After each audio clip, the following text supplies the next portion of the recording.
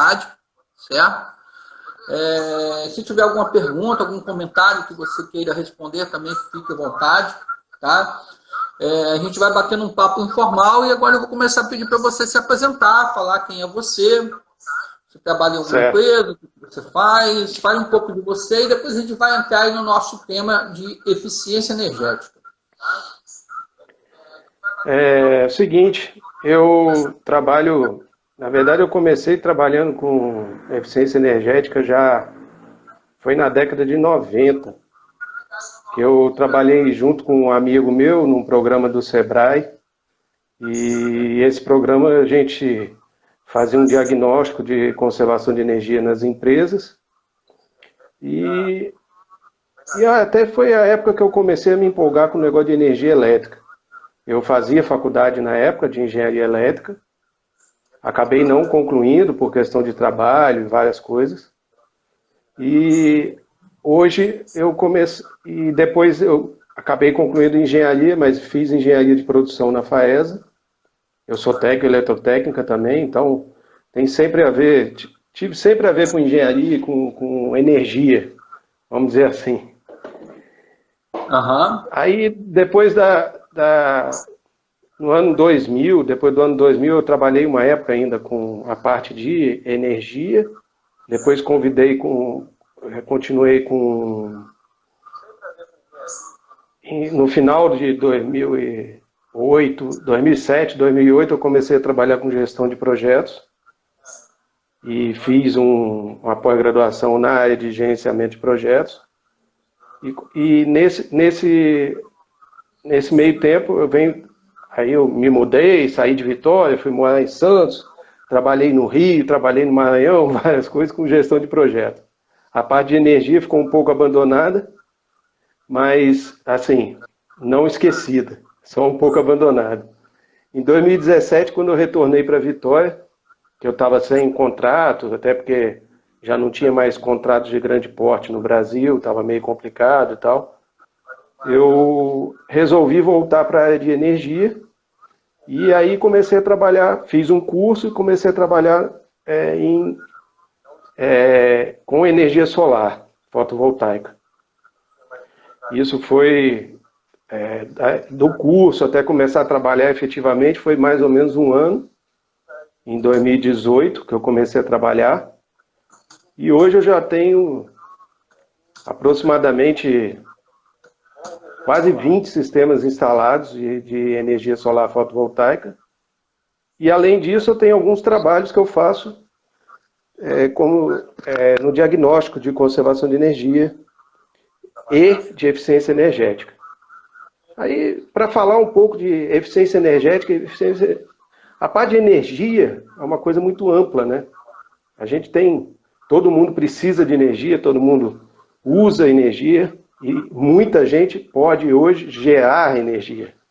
Então são várias coisas diferentes, mas são bem interessantes. O que é eficiência energética? Você colocou como tema, né? Eficiência energética para residências e empresas. Na verdade, eficiência, a palavra em si, eficiência, ela é basicamente você utilizar uma coisa da melhor forma possível, ou seja, sem você ter desperdício. Então, a primeira coisa quando a gente fala de energia, a gente não desperdiçar. Dentro da empresa, dentro da sua casa, dentro do seu comércio, do seu escritório, tudo, você tem várias possibilidades de você economizar energia. Então, você está falando sempre de eficiência energética, você está falando de economia de energia, né? A eficiência energética nada mais é do que tudo que você recebe do seu gerador ou do seu fornecedor de energia, você consegue utilizar de maneira útil, não simplesmente jogando fora. Por exemplo, se você tiver uma lâmpada acesa que você não estiver no cômodo, você está jogando fora aquela energia. Isso é uma coisa normal. Muita gente faz isso. Eu faço isso, todo mundo faz isso, esquecer lâmpada acesa e tal. Hoje a iluminação é muito pouco em relação ao consumo geral de uma residência, de um escritório. a iluminação diminuiu muito, até por causa das lâmpadas de LED, né? E com essa redução da iluminação, muita gente até, tanto que foi um dos motivos da gente, do Brasil, ter optado por não ter mais o horário de verão, porque o horário de verão é para economizar energia de iluminação no horário de pico. Então, como a energia de iluminação caiu muito, antes era 35%, 40% do gasto de uma residência, hoje é em torno de 10%. O gasto de uma residência é a iluminação. Então, não faz muita diferença você acender uma horinha a mais ou uma hora a menos, não faz muita diferença, no caso de iluminação. E outra coisa que a gente pode pensar em termos de eficiência é a gente utilizar, ou seja, ter as instalações muito bem feitas, vamos dizer assim, bem instaladas. A nossa instalação de energia elétrica. Então, eu apontei aqui, até anotei, quais são os vilões do gasto de energia elétrica dentro da nossa residência, dentro das empresas. Bem, muita gente fala de chuveiro... Deixa eu fazer uma pergunta sobre essa parte de usar bem. Se eu consigo, dentro de uma empresa, dentro de uma residência, eu programar o horário que eu vou fazer as coisas num determinado cômodo, para mesmo assim, para ficar menos tempo com a luz acesa, ou programar o horário que eu vou usar uma máquina, né? Ou que tipo de lâmpada eu vou ter, que tipo de motor eu vou ter, ou seja, dimensionar as coisas e organizar o uso também tem tudo a ver com eficiência, né? Com certeza. Às vezes até você consegue uma eficiência melhor em termos de programação do uso da sua energia. Não utilizando tudo ao mesmo tempo, para você não sobrecarregar a sua rede. Então, tem várias coisas que a gente pode fazer. É claro que a gente não existe uma fórmula mágica, até porque cada empresa, cada casa, cada indústria, ela tem um perfil de consumo diferente. Mesmo, às vezes, a mesma família tem perfis de consumo diferentes, de pessoas diferentes. Ó, já tem gente perguntando aqui, a minha irmã está perguntando, por que caiu tanto o consumo de energia em relação à iluminação? A Renata, que é minha irmã. Uhum. Uma das coisas que foi exatamente por causa das lâmpadas LED, né, que eu já comentei aqui. E o grande vilão dentro de uma residência é ar-condicionado. Tem muita gente que fala assim, porque micro-ondas, chuveiro elétrico e tal. Esses realmente eles gastam muita energia. Só que o tempo de uso que você faz de um micro-ondas em relação a um ar-condicionado é muito menor. Normalmente você dorme uma noite ou fica o dia inteiro trabalhando no ar-condicionado. O micro-ondas você liga no máximo 15 minutos por dia. Se você for considerar o tempo mesmo de esquentar a comida, de fazer e tal, é no máximo 10 minutos. 10 minutos, que seja, esquentar a comida para a família inteira.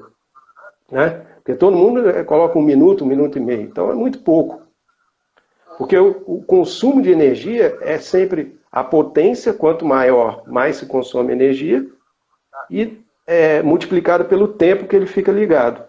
Então, como o ar-condicionado ele fica mais tempo ligado, normalmente o ar-condicionado dentro de residência e escritórios e comércio é o grande vilão. Salão de beleza, grande vilão, ar-condicionado. Residência, grande vilão, ar-condicionado. O cara não tem ar-condicionado, o cara só tem ventilador. Aí é uma coisa que pode analisar. Então, claro, cada caso é um caso, mas em geral são os equipamentos de refrigeração. A própria geladeira em si, se o cara tem 3, 4 geladeiras, ou tem um freezer em uma geladeira, ele gosta da festa, mantém o freezer ligado, esse é um grande vilão, porque ele fica ligado muito tempo.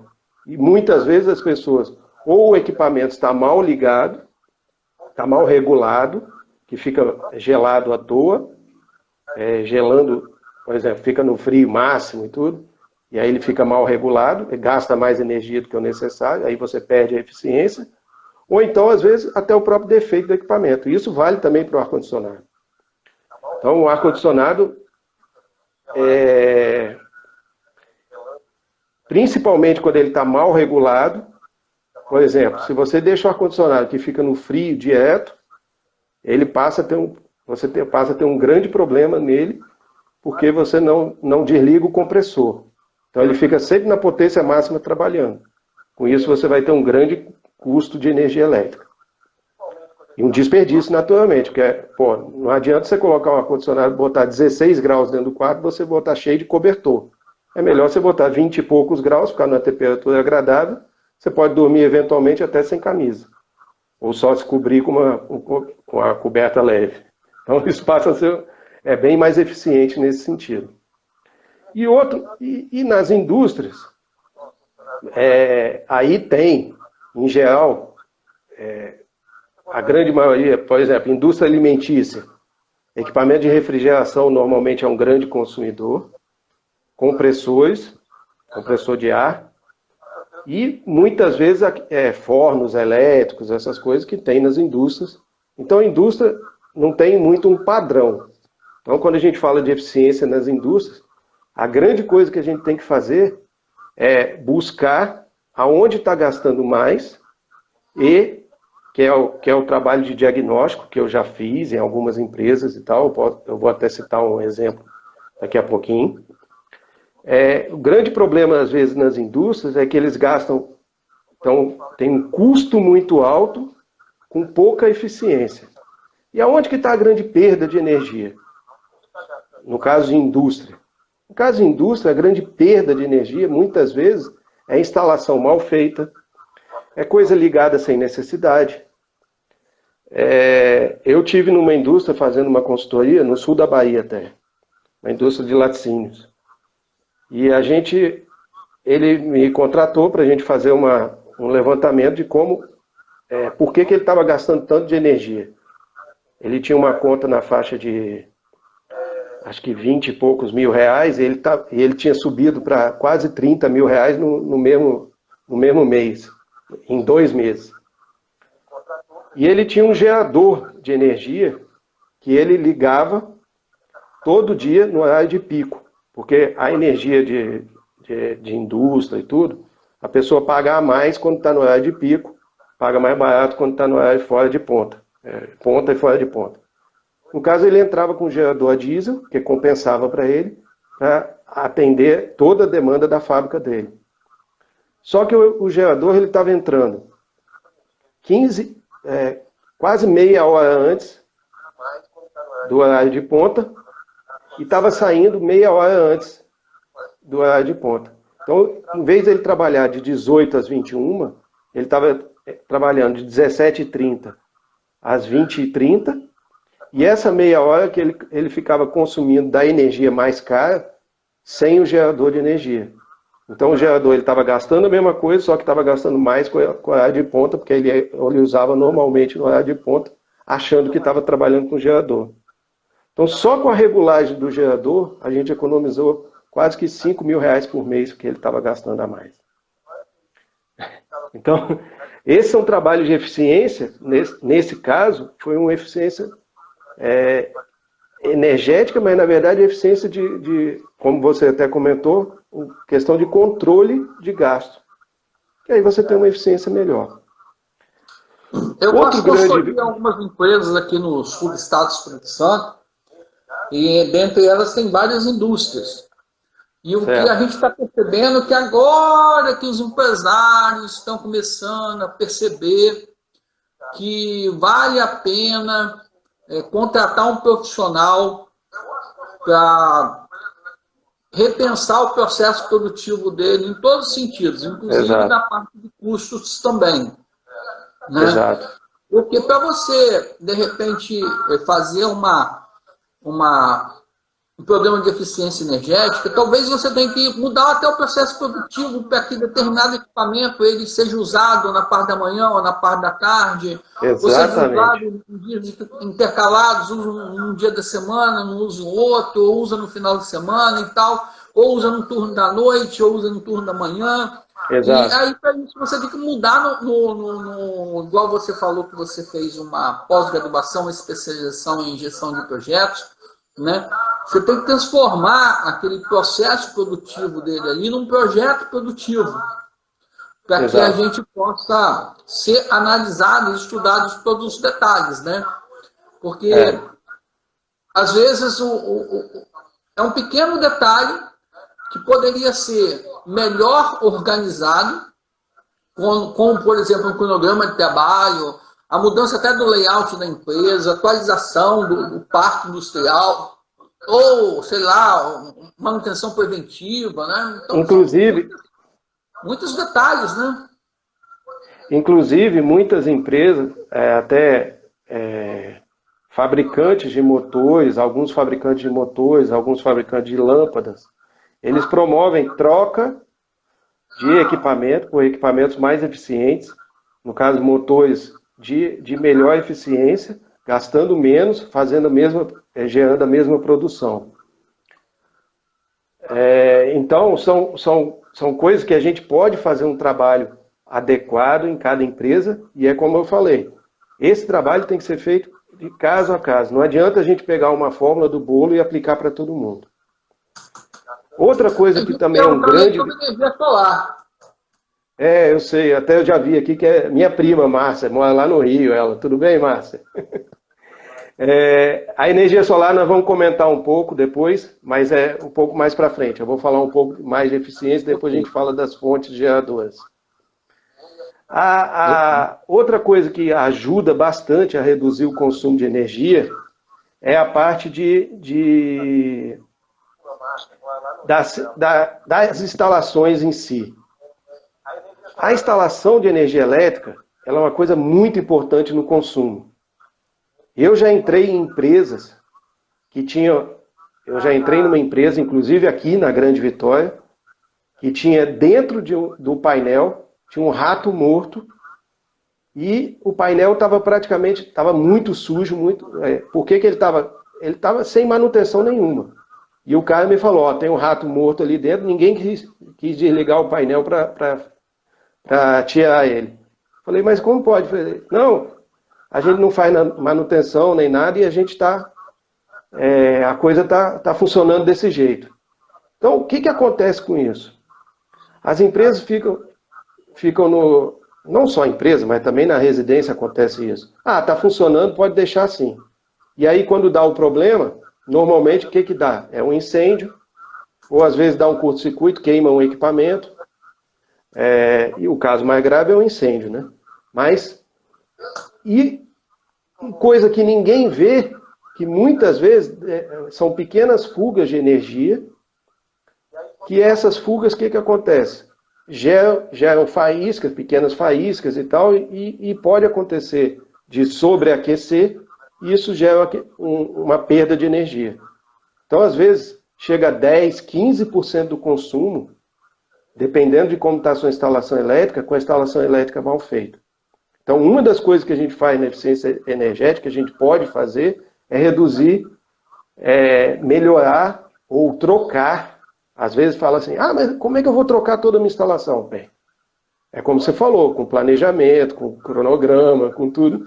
É óbvio que ninguém tem condições de fazer uma troca de toda a instalação de uma vez só. Mas você pode muitas vezes setorizar. Então você consegue fazer, porque eventualmente você vai ter que reformar. Então, isso é bem possível. Sempre aí casa até com a minha expertise aí de gerenciamento de projetos. E, então, o principal em relação às instalações é, primeiro, a segurança e, segundo, o consumo de energia sem necessidade, ou seja, joga fora a energia porque ele está indo, vamos dizer assim, é igual cano de água quando está furado. Você não vê aquele furo, mas você está gastando aquela água. É mais ou menos a mesma coisa com a energia elétrica mal feita, mal instalada. Outro grande vilão, em termos de... Aí já não é muito em eficiência energética, mas aí é mais de custo. Eu vou até usar aqui o comentário, só fazendo um parênteses aqui, que o Bruno, meu amigo lá do Rio, também, Ele falou aqui, ó, o maior erro de uma instalação é a falta de conhecimento de mínimos normativos, ou seja, pessoas que fazem a instalação fora das normas, ou até mesmo instalações antigas que não existiam as mesmas normas. Aqueles disjuntores que a gente trabalhava antigamente, hoje já estão totalmente fora da norma. Mas ainda existem muitas instalações com aqueles disjuntores. Você precisa trocar? Não. Mas muitas vezes é bom trocar por questão de segurança e por questão também de fuga de energia. Outra questão... Eu não estou entendendo aí, então, se o cara ele monta o cronograma dessa, vamos dizer assim, de revisão, né? Vamos montar uma indústria. Instalações. Ele monta um cronograma de revisão de toda a instalação. E ele vai fazendo essa revisão e vai ganhando eficiência. A cada revisão que ele faz, a cada setor, a cada passo, a cada máquina, isso vai se pagando. Ou seja, não vai sair do bolso dele. Então, é muito difícil. Por exemplo, você corrigiu lá o problema do gerador, né? O cronograma lá, o momento do gerador funcionar. Aquilo ali já deu um fôlego financeiro para o cara. Aí o cara pega aquilo ali e já faz, no próximo mês já faz mais uma outra coisa. E vai fazendo gradativamente, ele não tira dinheiro do bolso. O dinheiro que ele economiza, né? Por isso é que muitas empresas, que é o caso, por exemplo, que eu te falei, da indústria de motores, eles fazem a troca, às vezes até, entre aspas, de graça para o cliente. Ou até mesmo trocar o tipo de ar-condicionado, pega todos os ar-condicionados, passa para o modelo inverter, que é um ar-condicionado mais eficiente. Então, se você troca esse modelo de ar-condicionado, tipo, você economiza 30%, 40% de energia, no caso do ar-condicionado, você trocar por um inverter. Só que ele é bem mais caro. Então, você tem como fazer isso sem tirar o dinheiro do bolso. Porque tem empresas que fazem isso usando o seu dinheiro da economia, vamos dizer assim. Outra questão que a gente tem de custo de energia são as tarifas de energia elétrica. Bem, eu costumo falar que a fórmula de tarifação de energia elétrica no Brasil se ela for escrita, ela deve dar para escrever mais ou menos umas 3 linhas, se for numa página de tamanho A4. Então, são 3 linhas, porque as fórmulas são muito, muito complexas. E existem várias tarifas diferentes. Você está em rural, industrial, você tem comercial ou sazonal, eu não vou entrar nesse detalhe. Então, tem muita gente que está, às vezes, classificado com a tarifação errada, gastando mais por causa disso. Então, você está classificado de um jeito, você gasta mais, na verdade, você está gastando a mesma coisa, em termos de energia, vamos dizer, fisicamente falando, mas em termos de custo, você está pagando a mais. E você poderia estar classificado em uma tarifa, até o governo, há uns 2 anos atrás, lançou a tarifa branca, que é para consumidor de média até... Acho que agora já até diminuiu, mas no início era assim, quem tinha média acima de 500 kWh por mês, que a maioria das residências não entra. Mas mesmo assim, no caso de tarifa de indústria, você tem várias classificações. E às vezes você só mudando a tarifa, você tem a redução aí de 15%, 20%. Eu fiz um trabalho para uma empresa aqui em Vitória, também, a gente só alterou o contrato de demanda dele. Ele pagou o meu serviço com 2 meses da redução do contrato de demanda. Para vocês terem ideia. E a gente fez até uma permuta, porque ele é uma oficina de carro, e acabou que ele acertou uns negócios no meu carro e eu não gastei dinheiro. No final ele nem me pagou, vamos dizer assim, porque ele me pagou com uma grande parte em serviço. Ele me pagou alguma coisa em dinheiro, mas uma parte em serviço. Então foi interessante que a gente trocou, né, o serviço, porém ele teve aquela economia, nos 2 primeiros meses ele pagou o meu serviço, já no 3º, 4º, ele já teve o lucro dele. Então ele reduziu a conta dele, que era em torno de 7 mil, a gente caiu para quase quase 6 mil reais por mês. Isso já só com essa redução de tarifa. Só com ajuste de tarifa, não foi nem redução, foi ajuste. Aí, depois que a gente trata toda a parte de eficiência, a gente faz a parte de consumo, reduz o consumo do cliente, aí a gente pode passar para as nossas fontes alternativas. Pode falar. Só um detalhezinho. Eu acho que a gente vai destacar ou família, ou um comércio, ou uma indústria, ou um escritório de advocacia, seja o que for. Eu acho que a gente está mais do que no momento de cada um de nós pararmos, ou de uma forma mais profissional, né, contando com a ajuda de um profissional como você, por exemplo, ou até individualmente, uma reunião familiar, pelo menos, a gente buscar essa eficiência energética, né? Então, eu acho que em cima disso que nós estamos vivendo agora, né? Porque para muitas empresas isso é questão de sobrevivência, tá, Rodrigo? Com buscar certeza. eficiência energética agora é questão de sobrevivência. Não porque ela vai ter que economizar também, mas também para ela se manter competitiva no mercado. Porque, por exemplo, tem uma indústria de calçados que eu faço consultoria aqui na minha cidade. Ela vai ter que reduzir os custos dela e se tornar mais eficiente por uma questão de sobrevivência, uma questão mercadológica. Entendeu? Claro. Além da parte financeira, é uma questão mercadológica também. Claro.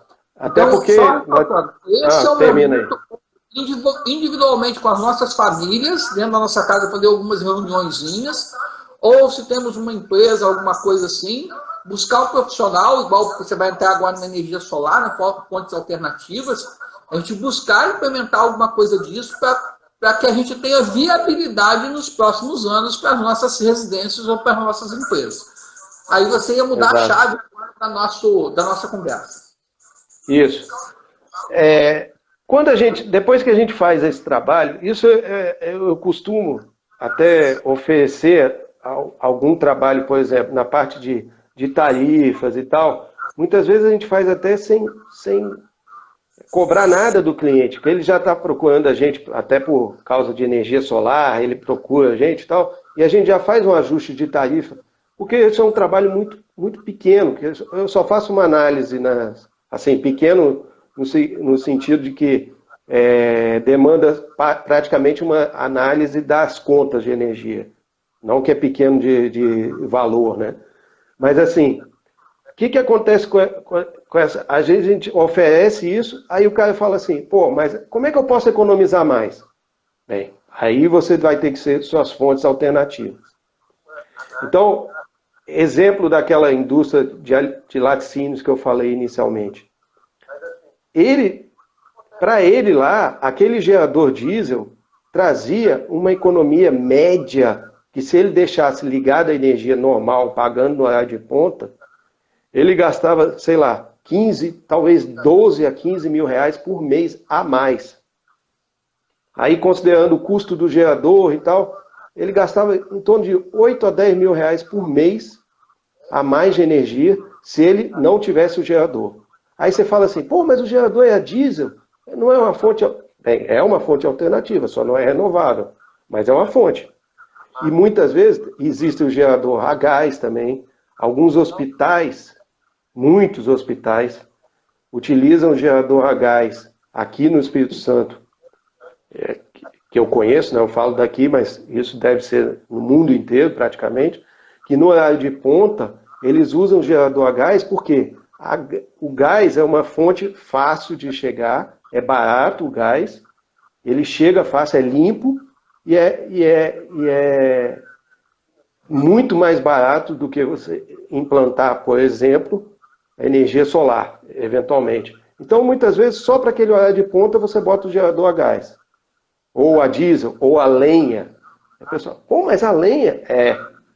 Aí você fala assim, você que está mais no interior do que eu, né? Cachoeira, apesar de ser mais no interior, você vai aí para perto, vai ali em Venda Nova, por exemplo, você tem indústria de laticínio, que até já foi do grupo Itapemirim, né? A indústria Pindoba. Ela tinha uma fonte, uma caldeira, funcionava a lenha. Mas fala assim, por que ela funcionava a lenha? Porque lenha é um material barato. É a energia, a fonte de energia barata. Então, existe muita gerador a lenha aqui no Brasil. Muito mesmo. Eu não sei hoje em termos percentuais, mas ainda existe muita coisa. Então, são fontes alternativas que você tem que buscar caso a caso. É óbvio que você não vai colocar um gerador a lenha no centro de Vitória, porque fica inviável. O cara não consegue pegar lenha, comprar lenha, pegar. Então, não tem como isso. Mas quem tem uma plantação de eucalipto, pô, é viável você ter uma lenha.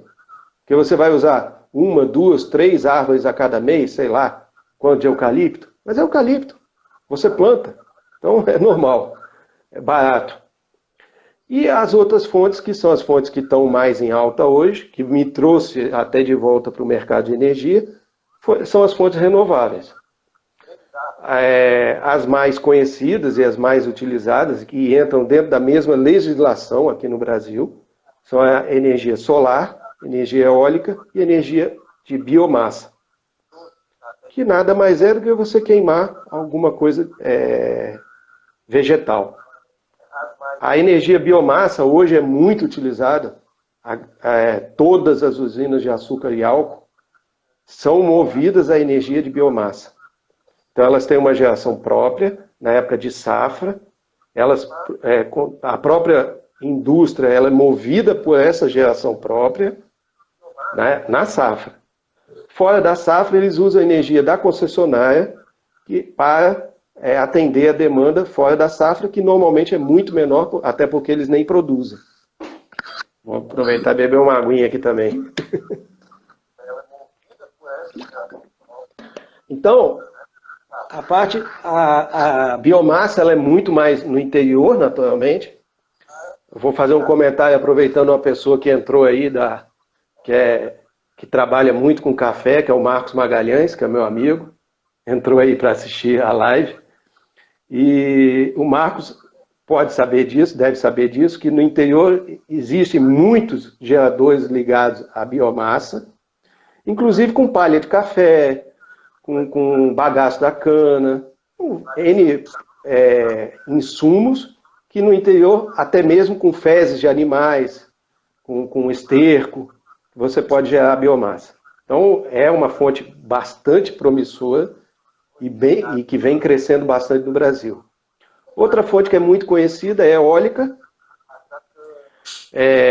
A eólica ela é mais aplicada para grandes usinas eólicas.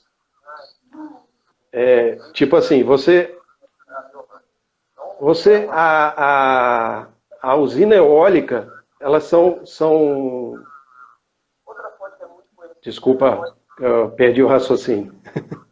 A usina eólica, ela normalmente é feita uma grande usina, ou seja, vários daqueles grandes ventiladores, né, que a gente vê muito no Nordeste, por exemplo. Quem já foi para o Nordeste já viu isso, com certeza. Tem muito na região do Ceará, Rio Grande do Norte. Toda a região litorânea do Nordeste tem muita geração eólica. Mas o que acontece esse tipo de geração? É uma geração que é gerada num local muito longe da grande fonte consumidora, que é o caso da energia eólica. Ela está muito longe. Então, para trazer essa energia para cá, quem são os grandes consumidores no Brasil? Região Sudeste, região Sul, são os grandes consumidores de energia, que é onde tem mais gente, é onde se consome mais energia. Então, para trazer para cá, tem que ter linhas de transmissão. E essas linhas de transmissão também têm um custo, são muito caras. Então, o que normalmente é feito? Aí foi criada a lei, uma resolução normativa aqui no Brasil, no caso que é da Agência Nacional de Energia Elétrica, criando a geração distribuída. O que é geração distribuída? Essas fontes de energia renováveis são solar, eólica e biomassa, qualquer uma dessas três, elas se classificam como geração distribuída.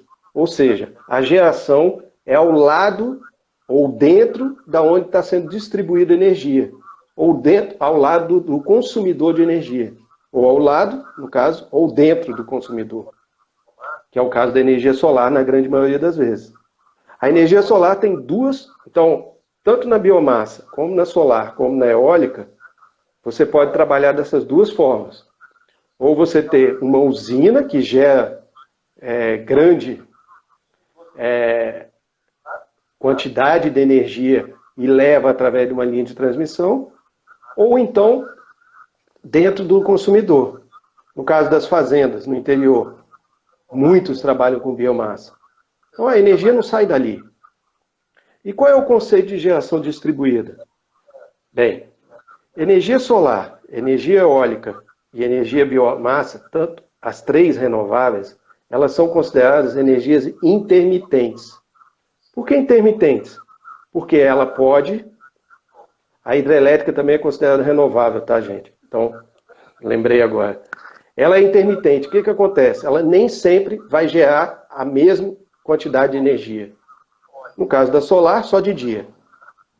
Aí tem dia que gera mais, tem dia que gera menos, mas só de dia. No caso da eólica, eventualmente vai ficar com o ventilador parado. A coisa vai ficar parada. Porque pode faltar vento. Apesar de que é considerado, por exemplo, nessas regiões que é colocado no Nordeste do Brasil, é considerado que ela tem 95% do tempo com vento. Então, é muito eficiente. A Dilma também queria estocar vento, né? Você lembra da Dilma estocando vento? Eu lembro, e não é possível nem estocar vento, nem estocar energia. Porque o pessoal fala assim, mas bota bateria. Bem, aí nós vamos falar de... Aí por que você tem a geração distribuída? Você tem a geração dentro do seu consumidor, ou ao lado do consumidor, e aquela energia ela é utilizada no momento em que está gerando. Somente naquele momento. Se ela não for utilizada, o que acontece? Ela vai para a rede da concessionária e a concessionária te entrega em créditos de quilowatt-hora no mês seguinte. E esse crédito você pode acumular por até 5 anos. Aí você pode tanto distribuir esse crédito dentro do mesmo CPF, vamos dizer assim, ou CNPJ. Então uma empresa pode fazer a geração solar no local e distribuir para 3, 4 medidores diferentes, desde que seja na mesma área de concessão. Então, no caso daqui do Espírito Santo, eu posso ter uma usina na minha fazenda em Linhares e utilizar o crédito de energia em Cachoeiro. Não tem problema nenhum.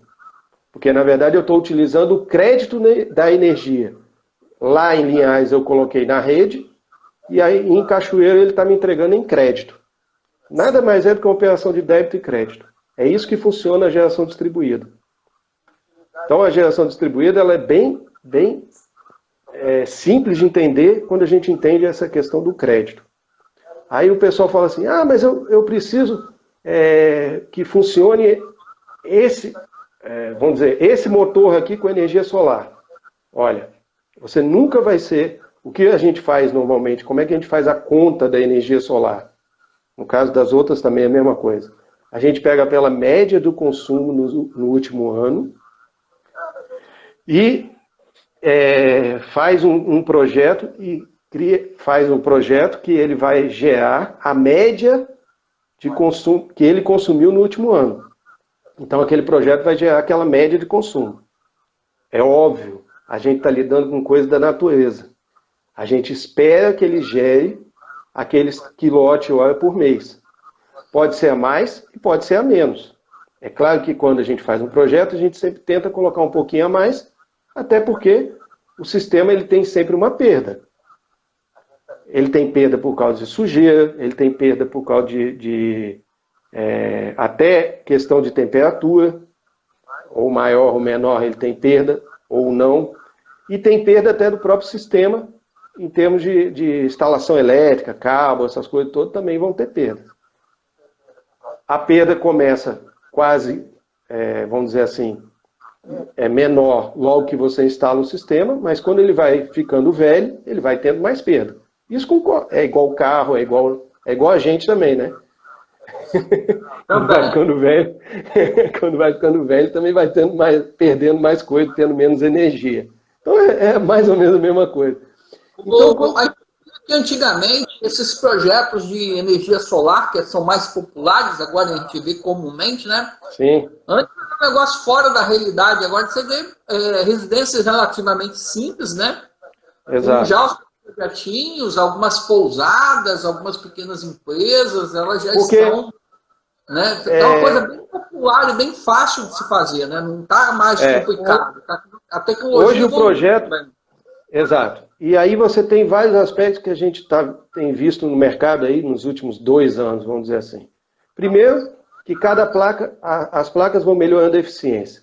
Para vocês terem ideia, na média, quando eu comecei a trabalhar com energia solar, há 2 anos atrás, as placas tinham em média 220 watts, cada uma placa. Era 220 watts. Hoje, a gente já está falando em placa de 345 a 400 watts, uma placa. Ou seja, quase o dobro em menos de 2 anos. Então, se você falasse... E o preço não aumentou muito. Ela aumentou muito a eficiência. E mesmo assim, a placa de 345 watts hoje, inicialmente já tinha 17% de eficiência, vamos dizer assim. Hoje está com 23%. É esse percentual mesmo, tá? São bem baixos. Estão me perguntando aí a questão da produção das placas. A maioria das placas hoje são fabricadas na China. Quando você fala em energia solar e LED, iluminação LED também, praticamente tudo fabricado na China. No Brasil existem fábricas de placas de energia solar, existe fábrica de inversores, mas elas normalmente são um pouco mais caras. Mas, eventualmente, alguns tipos de financiamentos brasileiros precisam de ter produção no Brasil. Então, existem algumas regrinhas aí que ele só consegue financiar. Se eu não me engano, o BNDES é assim.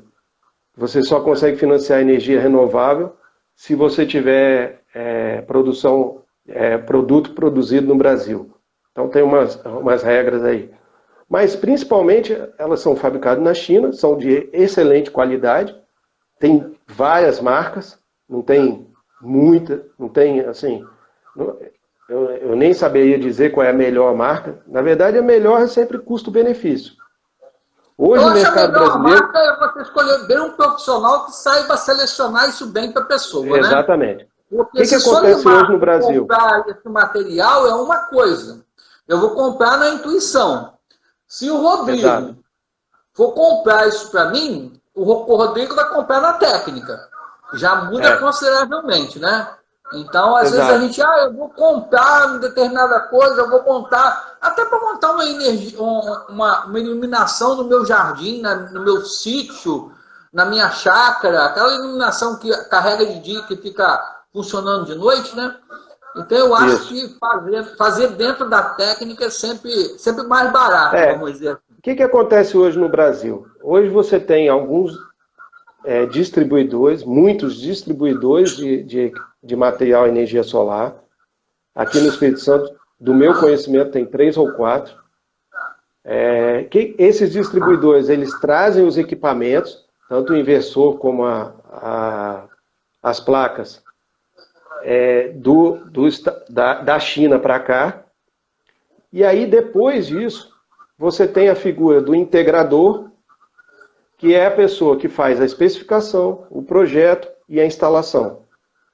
Eu trabalho em parceria com alguns integradores que fazem alguns locais, alguns parceiros eu faço só a parte de instalação, outros eu faço instalação e projeto, e eventualmente eu também posso fazer o ciclo todo, que seria venda, dimensionamento e tal.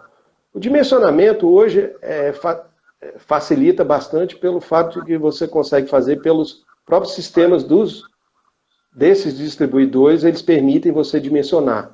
Se você quiser dimensionar para a sua casa, você consegue na internet qualquer coisa, você consegue dimensionar quantas placas você precisa, qual é a potência que você precisa, tudo isso. Então todo mundo consegue, qualquer leigo consegue fazer isso. Aí, só que é óbvio, tem detalhes de projeto que você consegue melhor a eficiência do sistema. Quais são esses detalhes? Ele tem que estar predominantemente voltado para o norte, para a gente ganhar mais eficiência nessa época do ano que nós estamos agora, que é maio, junho, julho, que são a época que o Sol tem uma inclinação maior. E principalmente a questão e outra coisa, a questão econômica financeira do sistema. Que muitas vezes, hoje já está chegando, já estamos no nível, em termos, aí eu estou falando até começar a quarentena. Daqui para frente a gente não sabe como é que vai ficar a questão de crédito, juros, essa coisa toda, apesar de que os juros baixou, mas na prática a gente sabe que não é bem assim, né, Solimar? Então, Na prática, os juros não é nada assim. Exatamente. Então, mas como é um mercado que depende muito de financiamento, ainda depende muito, e vai sempre depender, porque o cara consegue fazer a compra sem tirar o dinheiro do bolso. Ele paga, ele deixa de gastar com a energia elétrica e passa a gastar com o financiamento dele. Então, normalmente se paga em 4 a 5 anos, está se pagando. Vamos falar em números. Alguém pediu para a gente falar em números. A casa do Solimar aqui é Solimar, esposa e 2 filhos. Certo. Cada quarto tem um ar-condicionado. Então, tem 2 ar-condicionados na minha casa, mais um na sala. Tem 4 ar-condicionados. Você gasta quanto por mês de energia? Hã? Você gasta quanto por mês de energia? Em quilowatt-hora, você sabe? Quanto? Em torno de R$800.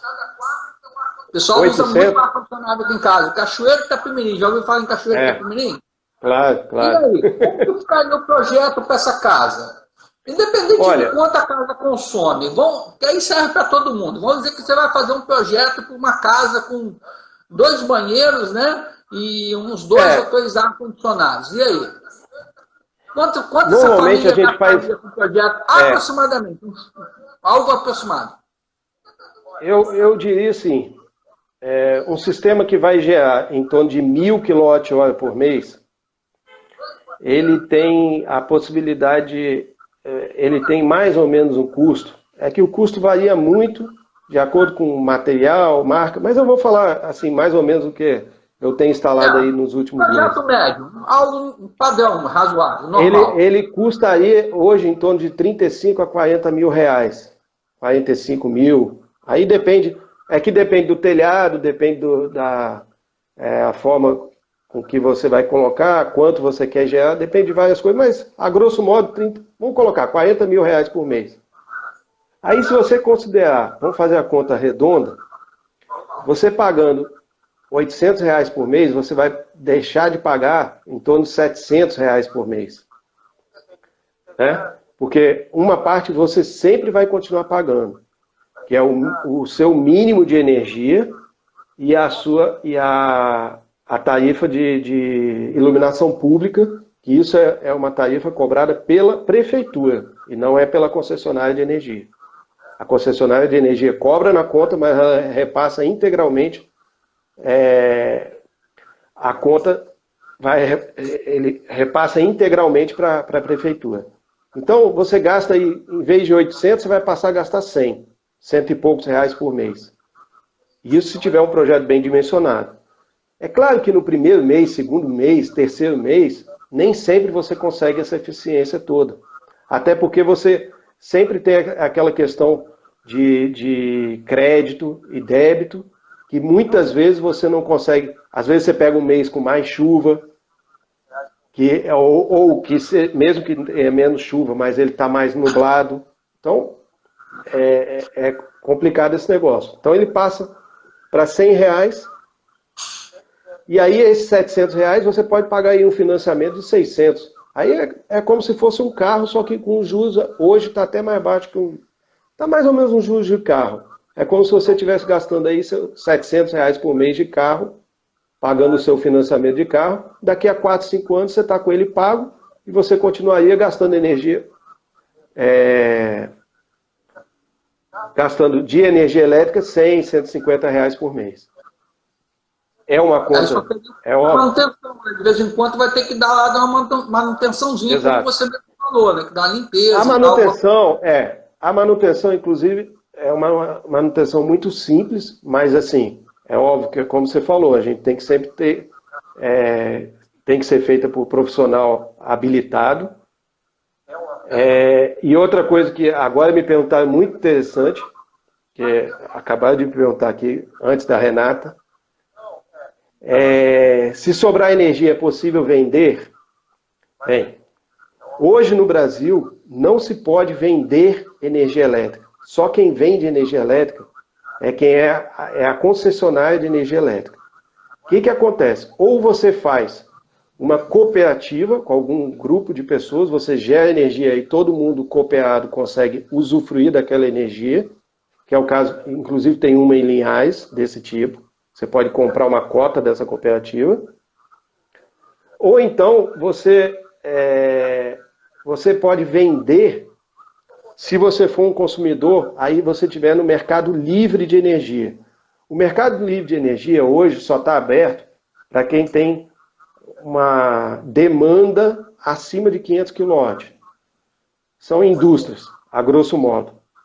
Tipo, ou shoppings, grandes shoppings, hospitais e tudo é que conseguem entrar no mercado livre de energia.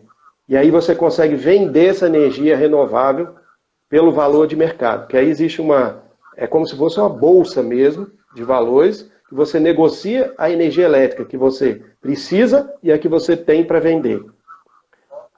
A tendência do mercado é que esse mercado livre passe a ser livre, efetivamente, para todos os consumidores.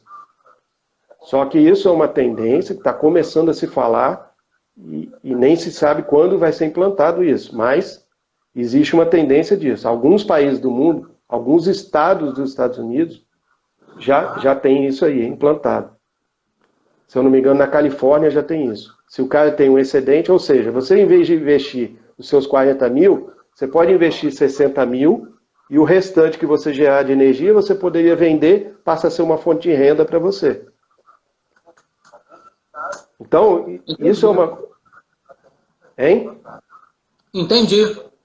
Então pode ser uma coisa até uma coisa para você fazer como uma aposentadoria do seu... eu vou investir aqui, já que eu tenho telhado, ou então eu tenho terreno, principalmente fazenda, né? Eu tenho terreno disponível, vou fazer aqui uma usina de energia elétrica e vou vender energia. Porque energia nunca vai ser um bem, todo mundo vai sempre precisar de energia. Né? A gente cada vez mais consome mais energia, em número absoluto, porque cada vez mais a gente tem mais equipamento elétrico, eletrônico dentro de casa. Isso todos nós. Apesar de ser mais eficiente, mas a gente acaba tendo mais quantidade de coisa. Uma casa hoje, média, gasta muito mais do que gastava há 40 anos atrás. Mesma casa, mesmo número de pessoas. Porque hoje você tem máquina de lavar roupa, micro-ondas,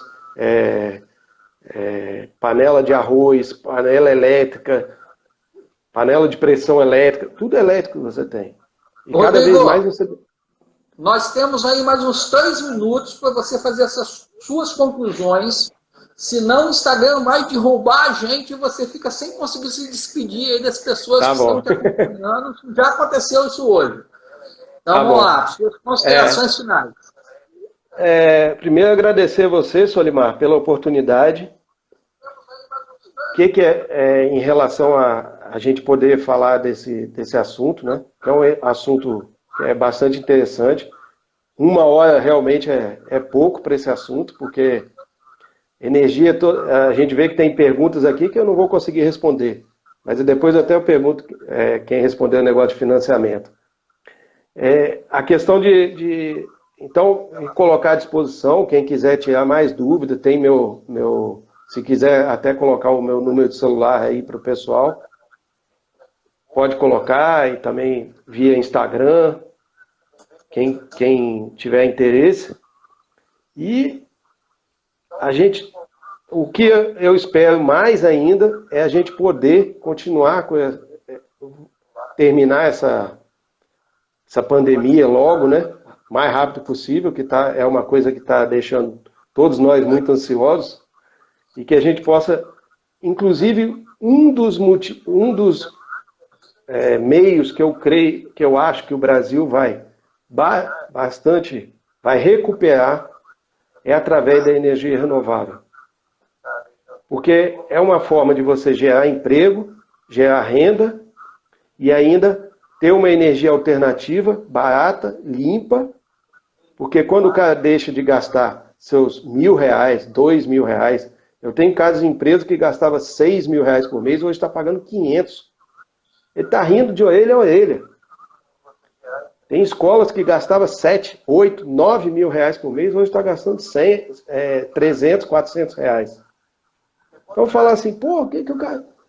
É óbvio que o cara investiu, mas muitas vezes o cara tem um dinheiro guardado lá. Então, às vezes, o investimento nem é um financiamento necessário. Mas, e outra coisa que a gente pede para melhorar muito, que sempre no setor o pessoal fala bastante, negócio de energia, é a questão financeira. O financiamento é muito importante para o setor, visto que ainda é muito caro. Tende a baixar o valor?